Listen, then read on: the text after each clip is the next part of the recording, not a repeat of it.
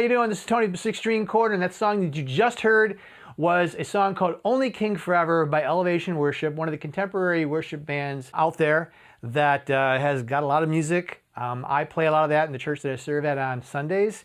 I've also found that a lot of the contemporary Christian music nowadays, specifically about the guitar players and the guitars that, the sounds that they have, I've really learned a lot on creative ways of using delays and creative ways of using reverbs and various other effects that I've used for a long time, but interesting and new ways to approach them. I found that fairly interesting, and this is one of the songs that I really do enjoy playing. What I'm really here to talk about is the section you just heard, which involves a little technique called double picking. I don't know where that term came from, but double picking is just that.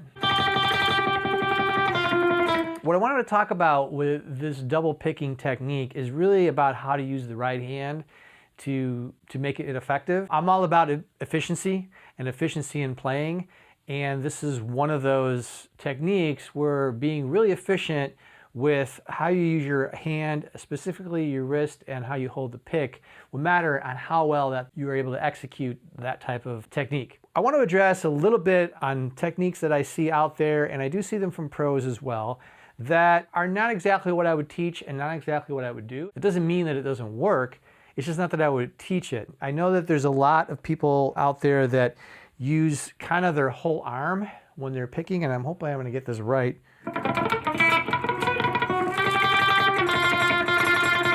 Where you see the arm moving like that, and to me personally it's just a very inefficient way of playing. You're just using muscles that you don't need to use, and it's very easy to get fatigued.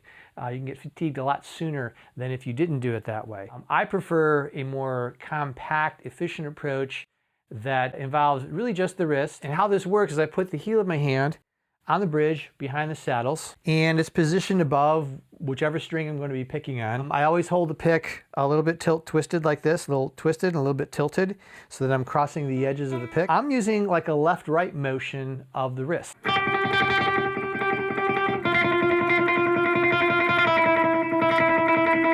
As you can see, from here on down is where all the motion is happening. Everything else is pretty static and stable, and as a matter of fact, very relaxed. So it's all from the wrist on down. My heel and my hand on that bridge, I'm just going left, right, and just creating those notes.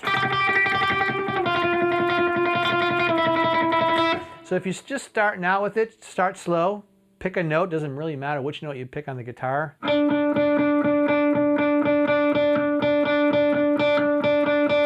What's really good is to use that with a metronome.